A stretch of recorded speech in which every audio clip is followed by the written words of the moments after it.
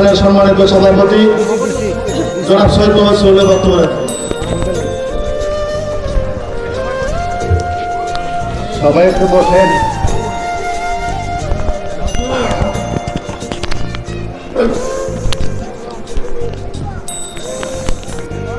আজকে 17 নম্বর ওয়ার্ড কৃষক লীগের সম্মেলনের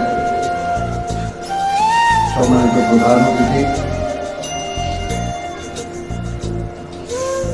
কুমিল্লার প্রাণপ্রিয় নেতা, কুমিল্লার মাটি ও মানুষের নেতা, কুমিল্লা মহানগর আওয়ামী লীগের প্রতিষ্ঠাকালীন সম্মানিত সভাপতি, বারবার নির্বাচিত সংসদ সদস্য, আমাদের প্রিয় অভিভাবক জনাব আলহাজ আকম বাহাউদ্দিন বাহার এমপি মহোদয়, একান্তই আস্থাভাজন আমার প্রিয় নেতা কুমিল্লা ফুটবল অ্যাসোসিয়েশনের সম্মানিত সভাপতি, কুমিল্লা ক্লাবের দুইবার নির্বাচিত সাধারণ সম্পাদক, যাকে ভিক্টোরিয়া কলেজের মধ্যে হাত পায়ের রক কেটে দেওয়া হয়েছিল জামাত শিবির কর্তৃক, বাহার ভাইয়ের খুব খাপের, খুব পছন্দের, বিশেষ করে আমার খুব ব্যক্তিগতভাবে যাদের সাথে রাজনীতি করেছে, একজন সাধারণের মানুষ হিসাবে যাকে আমি চিনি, তিনি হচ্ছেন আজকে প্রধান অতিথি জনাব আরফানুল হক রিফাত, সাধারণ সম্পাদক কুমিল্লা মহানগর আওয়ামী লীগের। এবং বিশেষ অতিথি আছেন, উদ্বোধক হিসেবে আছেন আমাদের প্রিয় নেতা হোসেন ভাই, জুনাইদ সিরাত ভাই, সোহেল হায়দার সহ মঞ্চ উপবিষ্ট আমার এলাকার মুরব্বীগণ এবং 17 নম্বর ওয়ার্ড আওয়ামী লীগের সাধারণ সম্পাদক সহ অন্য অন্য সংগঠনের নেতৃবৃন্দ, বিশেষ করে আমাদের মহিলা মা বোনেরা, আপনাদের কারণে কিন্তু আজকে এই সম্মেলন অনেক সুন্দর হয়েছে। আমি বেশিক্ষণ কথা বলবো না, আমি শুধু নেতাকে একটা কথা বলতে চাই অবগত করার জন্য। আমরা সব জায়গায় দেখি নির্বাচন আসলে, স্থানীয় নির্বাচন আসলে যাদের অস্তিত্ব রাজনৈতিক ভাবে নাই, যাদের একদম কর্মী নাই,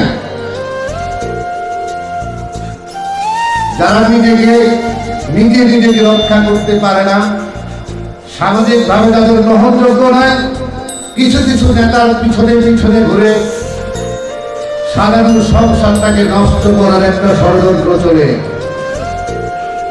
সারা বাংলাদেশে এই ধরনের একটা কর্মকাণ্ড চলতে থাকে। যিনি মাঠে থাকবেন, রোদে ভিজবেন, হরতাল মিছিলের মধ্যে সামনের কাতারে থাকবেন, পুলিশের তারা নির্যাতিত হবে, রাত্রে বাড়িতে ঘুমাতে পারবেন না।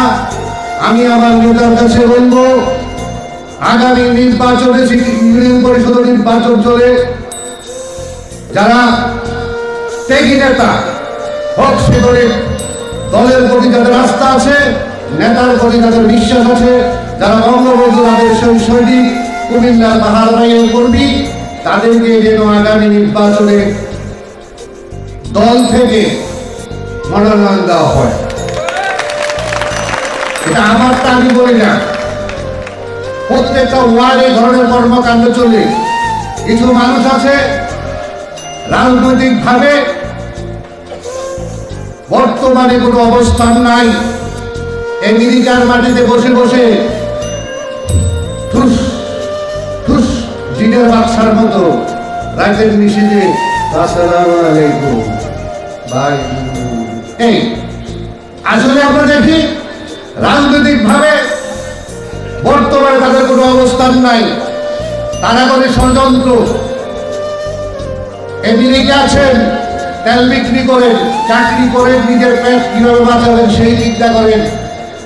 17 নম্বর ওয়ার্ড সহ 18 নম্বর ওয়ার্ড সহ অন্যান্য ওয়ার্ডে নাক গলানোর কোনো সুযোগ নাই।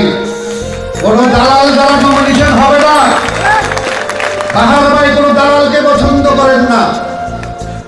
আমাকে আমার এলাকার অনেক লোক করে ভাই একটু এমপি মহাদয়ের কাছে যাব, আমি ডাইরেক্ট নিষেধ করে দেই যে আমি পারবো না।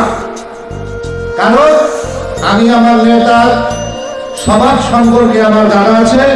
নেতার বক্তব্য হচ্ছে যে আমি এই কুমিল্লার মানুষের ভোটে নির্বাচিত, আমার ঘরে আসতে কোনো দালাল লাগবে না। আমি যদি কাউকে নিয়ে যাই মনে করে আমি দালাল, কত টাকা হিসেব কর, এই কামড়ি করা।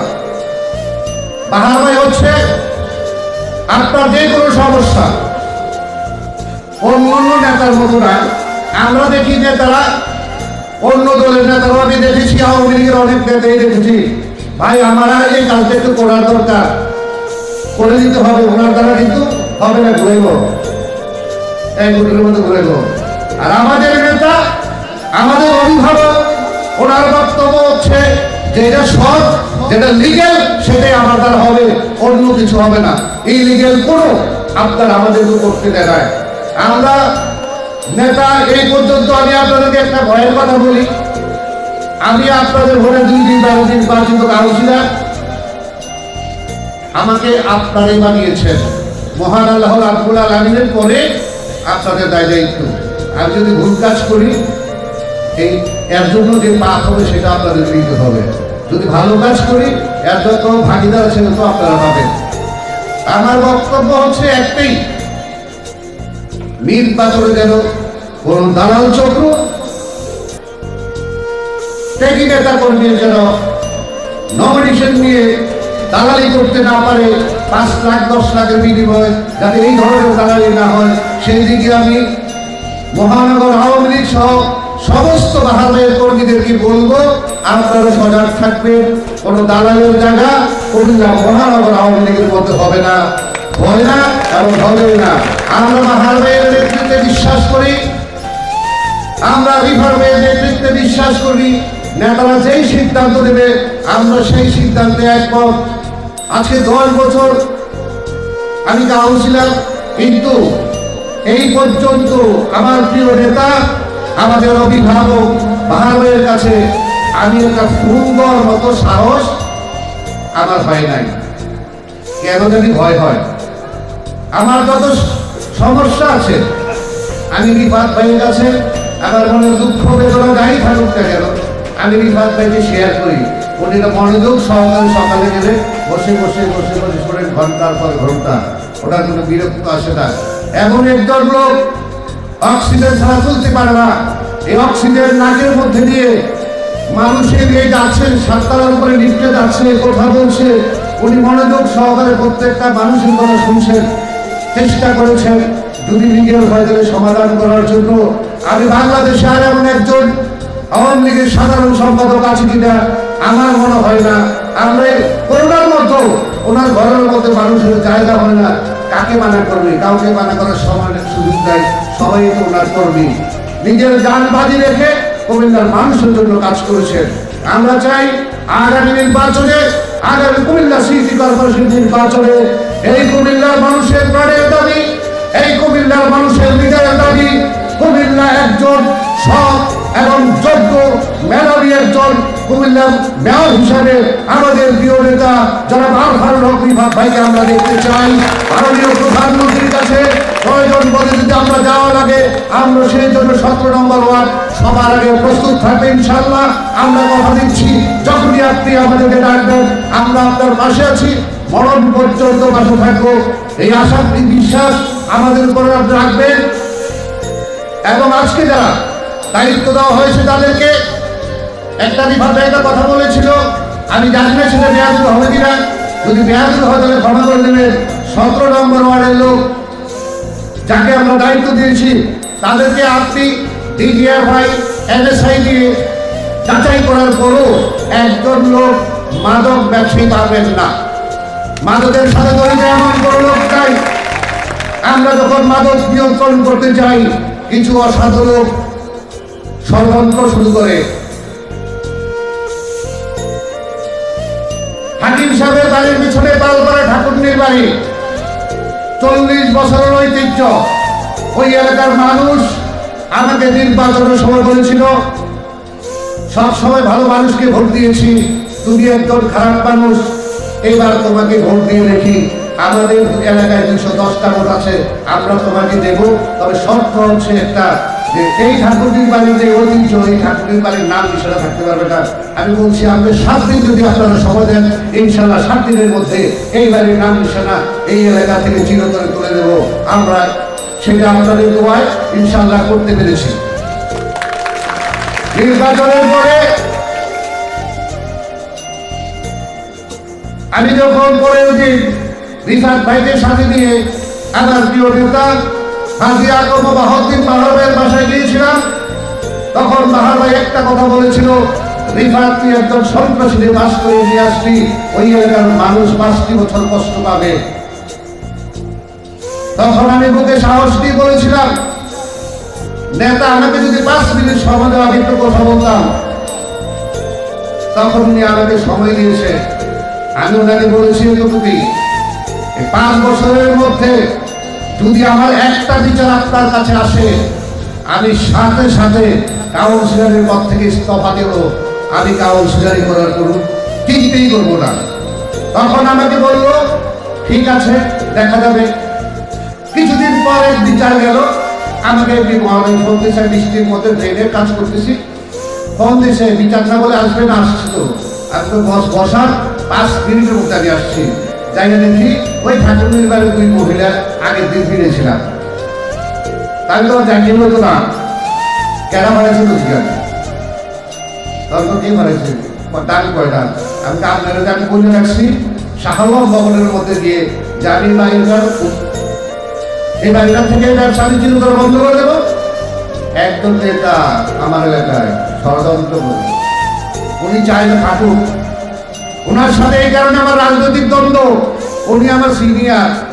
আগে আমরা বিসিউ গিয়ে ওনাকে ব্যানারের মধ্যে দিয়ে আমরা নির্বাচন দিয়ে দিতাম।